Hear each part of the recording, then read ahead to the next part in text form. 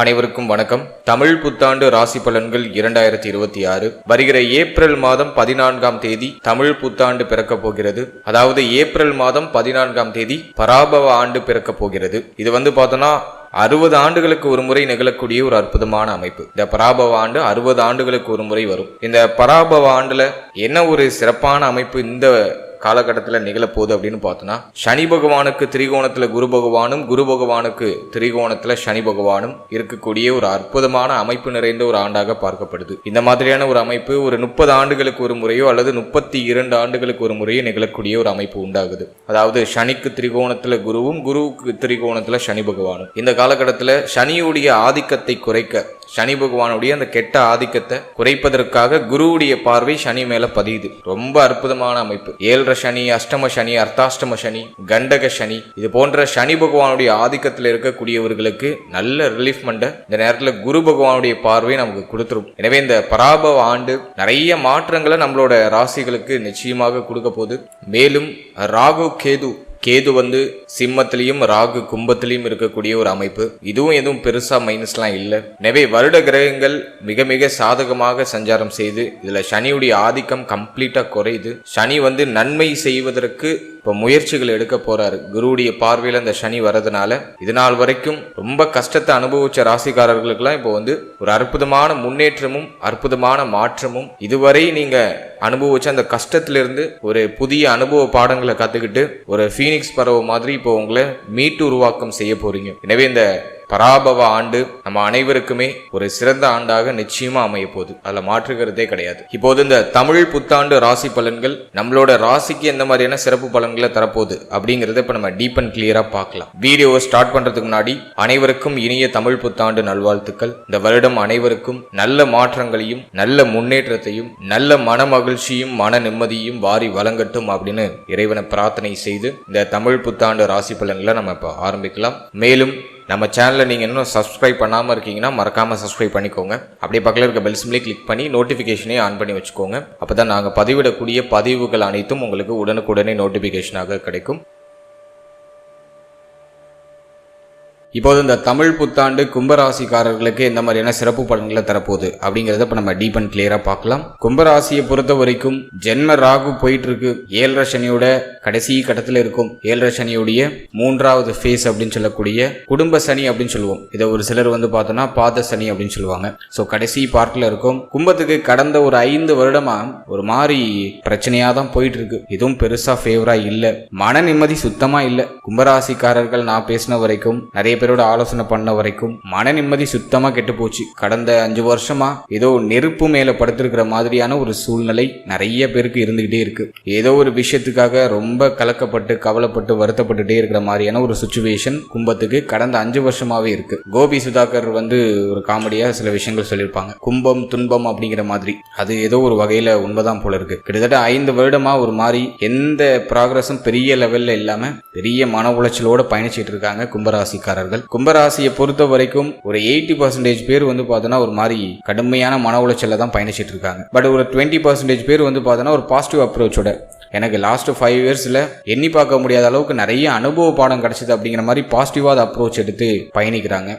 இந்த காலகட்டத்தை பொறுத்த வரைக்கும் உங்களுக்கு சோதனை காலகட்டம் தான். இதுல நீங்க பெருசா நல்ல பலன்களை எதிர்பார்க்க முடியாது. இருப்பினும் லைஃப்ல எண்ணி பார்க்க முடியாத அளவுக்கு நிறைய எக்ஸ்பீரியன்ஸ் கிடைச்சிருக்கும். அனுபவம் அப்படிங்கிறது பல மடங்கு அதிகமா உங்களுக்கு கிடைச்சிருக்கும். யாரை நம்பணும், யாரை நம்ப கூடாது, எதுல அதிகமான இம்பார்ட்டன்ஸ் கொடுக்கணும், எதுல இம்பார்ட்டன்ஸே கொடுக்க கூடாது, யாரெல்லாம் நம்ம கூட வச்சுக்கணும், யாரெல்லாம் நம்ம கூட வச்சுக்க கூடாது, எதெல்லாம் வெளில சொல்லணும், எதெல்லாம் வெளில சொல்லக்கூடாது, பணத்தை எப்படி மேனேஜ் பண்ணணும், பண உதவி யாருக்காச்சும் பண்ணா அதை எப்படி நம்ம ப்ராப்பரா பண்றது, ப்ராப்பர்ட்டிஸ் வாங்கணும்னா அதை எப்படி ப்ராப்பரா பண்ணணும், யாரை நம்பணும் யாரை நம்ப கூடாது அப்படின்னு சொல்லிட்டு A to Z எல்லாத்துலயும் ஒரு தெளிவு, ஒரு கிளாரிட்டி, ஒரு அற்புதமான அனுபவம் இதை பல மடங்கு உங்களுக்கு கொடுத்துருச்சு. அடுத்த 30 வருஷம் உங்களை ஏற்கிறதுக்கான அனுபவ பாடங்களை இந்த 7.5 வருஷம் உங்களுக்கு கொடுத்துரும். இந்த விஷயங்களை நல்லா நீங்க உள் வாங்கிக்கணும். அதுதான் இந்த நேரத்தில் ரொம்ப முக்கியமான விஷயமே. பெருசா ப்ராசஸ் தேவையில்லை, பெருசா ப்ராக்ரஸ் தேவையில்லை. உங்களை சுத்தி நடக்கிற விஷயத்த இந்த நேரத்தில் நீங்க நல்லா உள் வாங்கினாதான் அடுத்த 30 வருஷம் உங்களுக்கு பெரிய growth கொடுக்கும்.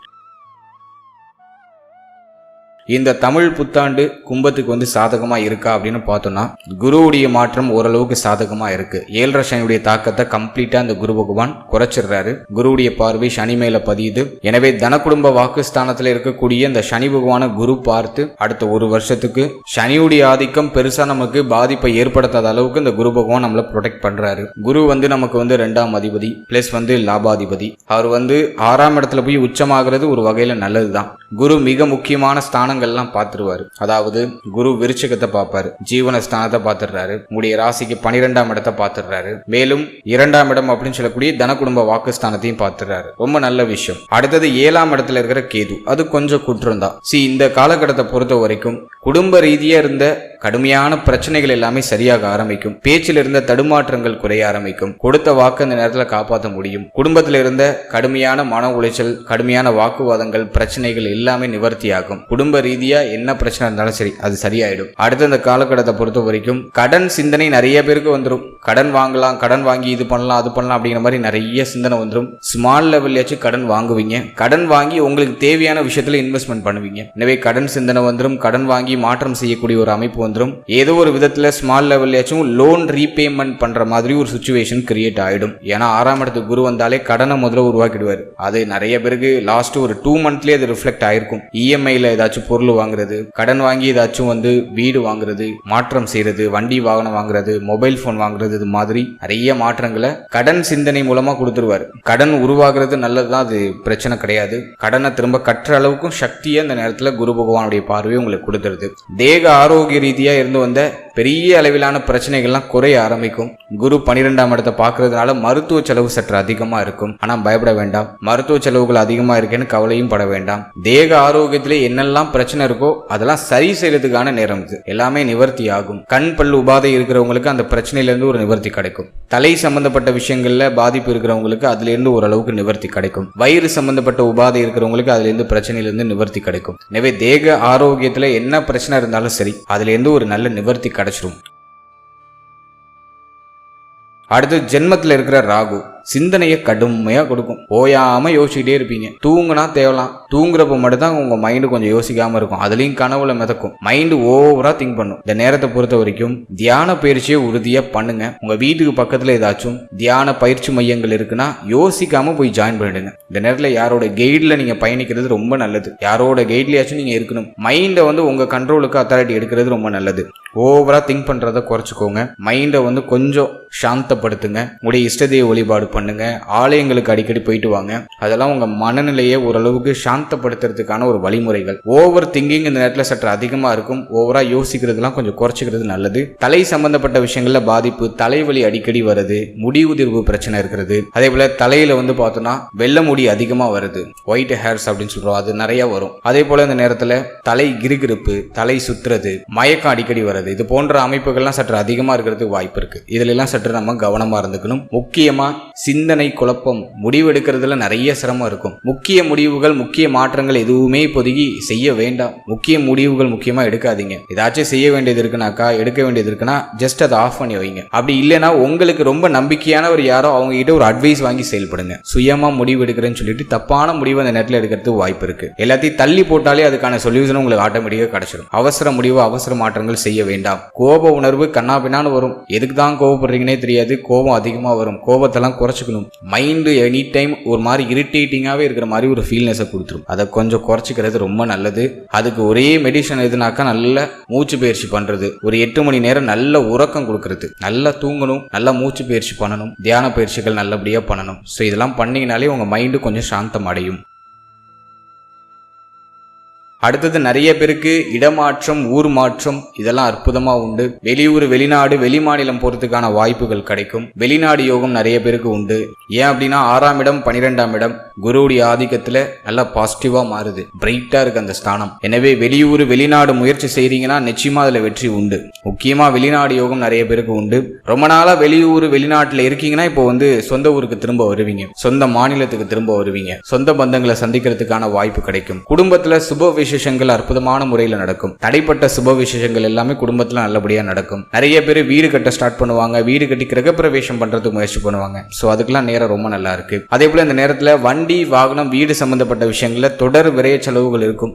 மாத்தி செலவு வந்துகிட்டே இருக்கும். வண்டி வாகனம் வீடு சார்ந்த விஷயம், உங்களுடைய மொபைல் போன் அடிக்கடி உங்களோட மொபைல் ஃபோன் அடிக்கடி ரிப்பேர் ஆகிட்டே இருக்கிறது, இது போன்ற அமைப்புகளில் எலக்ட்ரானிக்கல் கேஜெட்ஸ் சம்பந்தப்பட்ட விஷயங்கள்ல அடிக்கடி செலவு வந்துகிட்டே இருக்கும். அதே போல இந்த நேரத்தை பொறுத்த வரைக்கும் தாயாருடைய தேக ஆரோக்கியம் மன ஆரோக்கியத்துல கவனமா இருக்கணும். தாய் வழி உறவுகளோட கொஞ்சம் அனுசரிச்சு போய்க்கணும். தாயாரோட கொஞ்சம் அனுசரிச்சு போறது ரொம்ப நல்லது. அடுத்தது மாணவ மாணவிகள் கல்வி சம்பந்தப்பட்ட விஷயத்துல சற்று கூடுதல் கவனம் செலுத்தணும். இந்த நேரத்துல கல்வி சார்ந்த விஷயங்கள்ல நிறைய அலட்சிய மனநிலை வந்துடும். படிக்கிறதுல பெருசா இன்ட்ரெஸ்ட் வராது. கல்வி சார்ந்த விஷயங்கள்ல ஒரு சில ஏற்றத்தாழ்வுகள் இந்த நேரத்துல எட்டி பார்க்கலாம். எனவே கல்வி சம்பந்தப்பட்ட விஷயங்கள்ல சற்று கவனமா இருக்கணும். அதே போல லோயர் எஜுகேஷன் முடிச்சுட்டு ஹையர் எஜுகேஷனுக்கு நீங்க ட்ரை பண்ண போறீங்க அப்படின்னா, இந்த அப்ளிகேஷன்ஸ் எல்லாம் காலேஜுக்கு போட போறீங்கன்னா கொஞ்சம் முன்னெச்சரிக்கையோட அப்ளிகேஷன் ஓபன் ஆன கையோடய உடனே நீங்க அதை அப்ளை பண்றது ரொம்ப நல்லது. அலட்சியமா கொஞ்சம் டிலே பண்ணிக்கலாம், லேட்டா பண்ணிக்கலாம் அப்படிங்கிற மாதிரி அலட்சிய மனநிலை இந்த நேரத்தில் இருக்க வேண்டாம். கொஞ்சம் உஷாரா ஃபர்ஸ்ட் அப்ளிகேஷன் நீங்களே போறது முயற்சி பண்றது ரொம்ப நல்லது.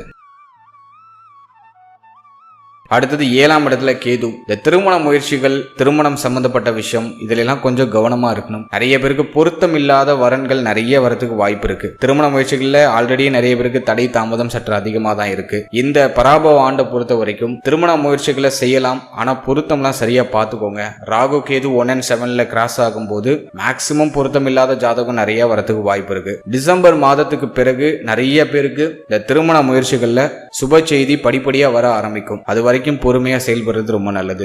அடுத்தது மன வாழ்க்கையை பொறுத்த வரைக்கும் மன வாழ்க்கையில எந்த அளவுக்கு அனுசரிச்சு போக முடியுமோ அந்த அளவுக்கு அனுசரிச்சு போறது ரொம்ப நல்லது. ஏன்னா 1 and 7ல ராகு கேது இருக்கும்போது பார்ட்னரோட அதிகமான கருத்து போராட்டம், மன உளைச்சல், பிரச்சனைகள் இதெல்லாம் போகலாம். இந்த நேரத்தை பொறுத்த வரைக்கும் வாழ்க்கை துணையை அனுசரிச்சு போறது ரொம்ப நல்லது. வாழ்க்கை துணையோட எந்த சண்டை சச்சரவு இல்லாம பாத்துக்கிறது ரொம்ப நல்லது. மேலும் அவருடைய தேக ஆரோக்கியத்திலையும் கொஞ்சம் கூடுதல் கவனம் செலுத்திக்கிறது ரொம்ப நல்ல விஷயம். எனவே இந்த நேரத்தை பொறுத்த வரைக்கும் திருமண வாழ்க்கையில கொஞ்சம் கவனமா இருக்கணும். மேலும் இந்த நேரத்தில் ஒரு சிலருக்கு பார்த்தீங்கன்னா வெளிநாடு யோகம் இருக்கிறதுனால வாழ்க்கை துணையை விட்டு வெளியூர், வெளிநாடு, வெளிமாநிலம் பிரிந்து போறதுக்கான வாய்ப்பு இருக்கு. சோ அந்த இடத்துல இவங்களுக்கு பிரிவினைகள் இருக்கும், ஆனா சண்டை சச்சரவு எதுவும் இருக்காது. ஒருவேளை நீங்க உங்க பார்ட்னர் கூட தான் டைம் ஸ்பெண்ட் பண்ணிட்டு இருக்கீங்க அப்படின்னா உங்களுடைய மன வாழ்க்கையில கொஞ்சம் கவனமா இருந்துக்கணும். அடுத்தது நண்பர்கள் சம்பந்தப்பட்ட விஷயத்துல கவனமா இருக்கணும். இந்த நேரத்துல நண்பர்களோடலாம் பெருசா ஒத்து போகாது. நண்பர்களால தேவையில்லாத மன உளைச்சல்கள் தான் சேரும். எனவே நண்பர்கள், நட்பு வட்டாரம் சார்ந்த விஷயம் இதெல்லாம் கவனமா இருக்கணும். சனியுடைய பார்வை உங்களுக்கு அஷ்டம ஸ்தானத்துல இருக்கிறதுனால உணவு முறைகள்ல கவனமா இருந்துக்கோங்க. வெளியிடங்கள் அதிகமா சாப்பிட்றதெல்லாம் முடிஞ்ச அளவுக்கு அவாய்ட் பண்ணிக்கோங்க. வயிறு சம்பந்தமான உபாதைகள் அடிக்கடி நீங்க வாய்ப்பு இருக்கு. எனவே வயிறு சம்பந்தப்பட்ட விஷயம், செரிமான கோளாறு சம்பந்தப்பட்ட விஷயம் இதுல எல்லாம் சற்று கவனமா இருந்துக்கணும். எளிமையா செரிமானம் ஆகக்கூடிய உணவுகளை அதிகமா எடுத்துக்கிறது நல்லது. தேக ஆரோக்கியத்திற்கு தீங்கு தரக்கூடிய உணவுகள், அதாவது ஜங்க் ஃபுட்ஸ் எல்லாம் முடிஞ்ச அளவுக்கு அவாய்ட் பண்ணிக்கோங்க. சோ அதுல எல்லாம் கொஞ்சம் கவனம் செலுத்திக்கிறது நல்லது. அதே போல இந்த நேரத்தை பொறுத்த வரைக்கும் உத்தியோகம், தொழில நல்ல வளர்ச்சி உண்டு. குருவுடைய பார்வை ஜீவனஸ்தானத்தில் இருக்கிறதுனால உத்தியோகம், தொழில் சார்ந்த விஷயங்கள்ல நல்ல முன்னேற்றமும் நல்ல வளர்ச்சியும் உண்டு. ரொம்ப நாளா சம்பள உயர்வு, பதவி உயர்வு இது சார்ந்த விஷயங்களை எதிர்பார்த்து காத்துக்கிட்டு இருக்கீங்கன்னா அதெல்லாம் அந்த நேரத்தில் பரிபூர்ணமா கிடைச்சிடும். வேலையில இருந்து வந்த சுமைகளும், வேலையில இருந்து வந்த சிரமங்களும் குறைய ஆரம்பிக்கும். வேலை வாய்ப்பு இல்லாதவர்களுக்கு நல்ல வேலை வாய்ப்பு இந்த காலகட்டங்கள்ல அமைஞ்சிடும். மேலும் நிறைய பேருக்கு வேலையில இடமாற்றம், பணிமாற்றம் இதெல்லாம் பரிபூர்ணமா கிடைக்குது. எதுவும் உங்களுக்கு நெகட்டிவா இல்லை, எல்லாமே உங்களுக்கு பாசிட்டிவா தான் ரியாக்ட் ஆகுது. வேலை, உத்தியோகம் இது சார்ந்த விஷயங்கள்லாம் உங்களுக்கு பாசிட்டிவா தான் இருக்கு. தொழிலை பொறுத்த வரைக்கும் லாபத்தை நீங்க பெருசா எதிர்பார்க்க முடியாது. ஏன்னா 11ஆம் இடத்துல சனி பார்வை இருக்கு. எனவே லாப நோக்கம் அப்படிங்கிறது கொஞ்சம் குறைவா வச்சுக்கிறது நல்லது. இந்த நேரத்தில் இன்வெஸ்ட்மெண்ட் பண்றீங்கன்னா பெருசா லாபம் கிடைக்காது. வரக்கூடிய லாபம் ஏதோ ஒரு அளவுக்கு உங்களுடைய ரெகுலர் லைஃப் அப்படியே ரொட்டீனா நகர்த்துறதுக்கு தான் அது சாதகமா இருக்குமே தவிர எதுவும் பெரிய லெவலான ப்ராஃபிட் எதிர்பார்க்க முடியாது. எனவே பிசினஸ் ரீதியா நீங்க ரொம்ப எக்ஸ்பெக்டேஷனோட, ஓவர் எக்ஸ்பெக்டேஷனோட இன்வெஸ்ட்மெண்ட்லாம் பண்ணாதீங்க. வேற ஆப்ஷனே இல்லை. வேலை வாய்ப்புக்கு போறதுக்கான வழி இல்லை. நான் ஏதாச்சும் ஒரு தொழில் தான் பண்ணி ஆகணும், என்னுடைய பிளப்பை நகர்த்துறதுக்கு ஏதாச்சும் நான் ஒன்று பண்ணி தான் ஆகணும் அப்படிங்கிற மாதிரி ஒரு மைண்ட் செட்ல இருக்கீங்கன்னா சின்ன லெவல்ல முதலீடு பண்ணி உங்க உழைப்பு அதிகமா கொடுங்க. அது உங்களோட ரெகுலர் ரொட்டீன், உங்களுடைய ரெகுலர் லைஃபை நகர்த்துறதுக்கு தேவையான பொருளாதாரத்தை கொடுத்துரும். பெரிய லெவல்ல நீங்க ரொம்ப எக்ஸ்பெக்டேஷன் பண்ணிட்டு, ஏன்னா ஜென்மத்துல ராகு பிரம்மாண்ட சிந்தனை கொடுப்பாரு, பெரிய ஆசையை கொடுப்பாரு. அப்படி ஆயிடும், இப்படி ஆயிடும், நம்ம இது பண்ணோம்னாக்கா இதுல நமக்கு பெரிய வெற்றி கிடைக்கும் அப்படிங்கிற மாதிரி பிரம்மாண்ட ஆசை, பேராசை இது சார்ந்த சிந்தனைகள்லாம் தூண்டும். அதெல்லாம் இப்போதைக்கு எதுவுமே வேண்டாம். எல்லாத்தையும் இக்னோர் பண்ணிட்டு எந்த எக்ஸ்பெக்டேஷனும் இல்லாம வித்தவுட் எக்ஸ்பெக்டேஷனோட உங்க லைஃபை நீங்க ஸ்டார்ட் பண்ணீங்கன்னா நிச்சயமா அந்த நேரத்தில் ஒரு பெஸ்டான ரிசல்ட் உங்களுக்கு காத்துக்கிட்டு இருக்கு. மேலும் இந்த காலகட்டத்தில் 6ஆம் இடத்துல குரு வந்து 12ஆம் இடத்தை பார்க்கறதுனால நீண்ட நாளாக ஏதாச்சும் கடன் பிரச்சனை இருக்கு, பழைய கடன் ஏதாச்சும் இருக்கு அப்படின்னா அதெல்லாம் கட்டி முடிக்கிறதுக்கான வாய்ப்புகள் உண்டு. இந்த நேரத்தில் பழைய கடனை முடிச்சு புதிய கடன் வாங்குறதுக்கு முயற்சி பண்ணுவீங்க. எனவே கடன் சார்ந்த சிந்தனையும் வரும், பழைய கடனை கட்டியும் முடிச்சிருவீங்க. அதனால எந்த பிரச்சனையும் இல்லை.